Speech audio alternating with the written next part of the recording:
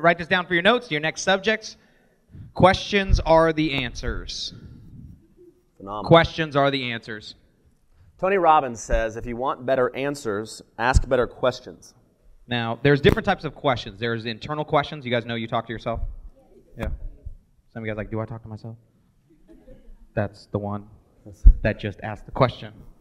But that's not what we're going to talk about here today. It's not the internal dialogue, although I love that conversation. Now we're going to ask about the questions that you're asking. If you take a look at professionals in this business, professional recruiters, they're not pitching or selling. All they do is ask questions. There's 3 different types of questions that you're going to master. The first question that you're going to master for your notes is called alternative closing questions. Alternative closing questions are where someone is presented with a choice, A or B.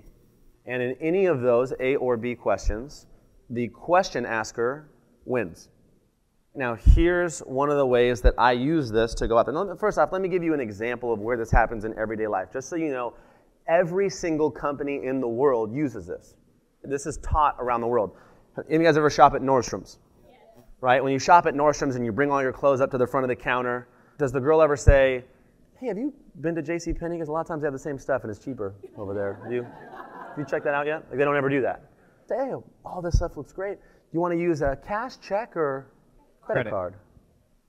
They give you choices. Now, isn't that nice of them to ask if you'd prefer to pay with a cash, check, or credit card? They don't care how you pay. They just care that you what? Pay. Pay. When I book an airline ticket, Mr. Valenzuela, here you go. Let's get you taken care of here. Would you rather sit window or... isn't that nice of them to ask where I'd prefer to sit? They don't care where I sit. They just care that I what? Sit. Sit. They get paid the same no matter what. The questions that you'll learn to master in this business are asking questions that are to your advantage. When I want to call somebody and get them to book an appointment with me to sit down, hey, Brad, I just ran across something that is unbelievable. I've got to sit down and show it to you the closest time to right now. What's better for you in the next day or two? Is it mornings or afternoons? Mornings? What's better? Tonight, like this upcoming morning, or tomorrow? Tomorrow, okay. I have an 8 o'clock and a 10 o'clock open. What's better for you? 10. See you tomorrow at 10. After they see the presentation, hey, Brad, what was jumping out at you more of everything that you saw? Was it more the products or the business? It's the business. So then I'm going to say, we'll get into leading questions and everything else. We'll say, okay, the products. So let's say this is the business. Well, there's a couple different ways to get started here. Talk about that Drive Your Dream program. We have this premium package here, which gives you this, this, and this, or the special agent package. What would make more sense for you? Special agent. Awesome. Do you want to get everything set up with a Visa or MasterCard? Isn't that nice of me to ask? This is something I use all the time. The questions that I ask, hey, Andrew, let me ask you, brother, from everything you've seen today, does it make more sense for you to become a preferred customer and save money on all these products? Or would it make more sense for you to actually not just get the savings, but also make money too, as an agent? Agent, perfect. We have a couple different avenues for you to go. Agent. We have our premium package here and our special agent package, which would make more sense for you. Perfect. And I'll break it all down. But all the questions that I ask, notice I never ask the questions of like, so what'd you think? Or, hey, when would you be free? When are you free? Oh, God, don't ever ask that question. No. Never. Ever. Ever. Ever. This is how I book an appointment almost every single time I'm on the phone because there's no way to not book an appointment with me. Oh, we get together. What's better for you coming up here? Afternoons, evenings? What's best? Evenings. Perfect. I got tomorrow night open and the night after. What's better for you? Every single question I ask, these alternative closing questions, this is what it is. Next question? No. The second type of questions that you're going to master are what are called leading questions. These are my favorite. Mm-hmm. These are questions where the answer is fairly obvious, but the other person needs to be the person that acknowledges it and says it.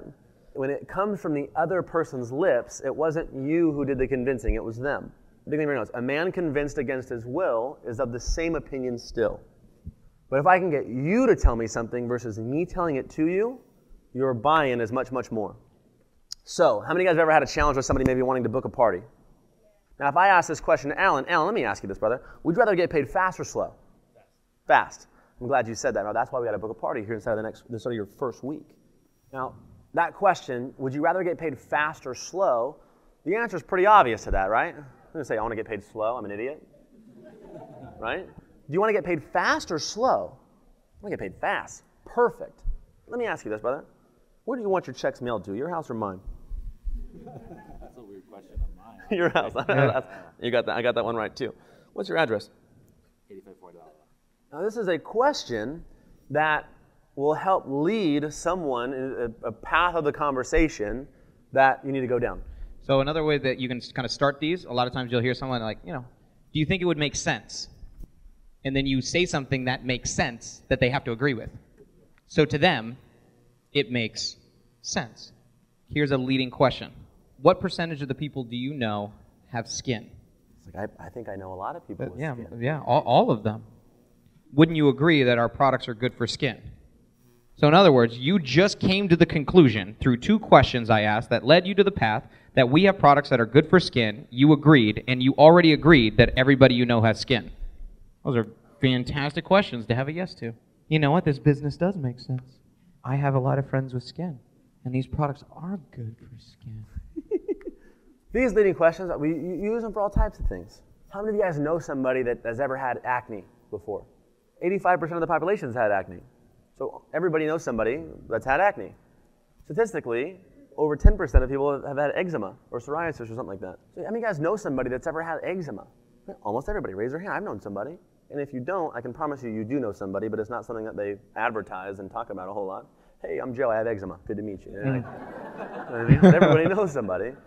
So this is one of those things. And the leading questions. Leading questions. Number 3. Closed-ended questions. They're also called hook-ended questions. Hook. H-O-O-K. Like a hook. Mm-hmm.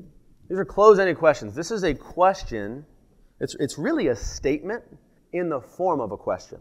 Yes. I mean, you'd agree. The Dead Sea has been a place of natural healing for your skin for thousands of years, isn't it? I mean, you guys would agree with that, wouldn't you? That makes sense, doesn't it? You get it, don't you? Do you see what we're doing? Is this making sense? It's making sense, isn't it? You see where we're going? So here, if I'm doing a presentation, I'm asking questions, leading questions, right? If I'm getting to Drive Your Dream program. Hey, this right here, we have a product to Drive Your Dream. If you could drive anything, what would your dream be? Bentley, right? That's a leading question. I want to pull out of her what her dream would be. Say, Bentley, what are you currently driving? Be a lot of fun to drive a Bentley, wouldn't it be? Oh, yeah.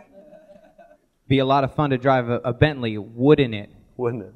So hook-ended questions, write these down. Wouldn't it? That makes sense, doesn't it? You get it, right? Right. I mean, the average person today wants to make more money, don't they? Yes. I mean, you get that, right? Do me a favor, go like this. This is what we call nodding and bobbing. If you're doing a sit down and you're getting this is a good thing. So at the end, I was like, did everything make sense? You ready to get started? Right. Objects in motion stay in motion. Yep. Objects at rest stay at rest. If somebody's in this mode the entire presentation, and all of a sudden it comes like, dude, you see an opportunity for us? You want to get started? Yes. You can't pull the brakes on that, right? Understand, there's so many people that are just oblivious. They're sitting there just talking at a prospect, like the Clear Eyes guy. It's just like, and here we have the products from the Dead Sea. And here it's like, you know what I mean? And you're not getting any buy-in at all. You're not asking questions. They're not engaged in it. If you listen to me do a presentation, which we're going to do, it's so many questions. Before I even start the presentation, I'm asking questions of where'd you grow up? What type of income is normal for you? If you can make an extra $1,000 a month, what would that do for you?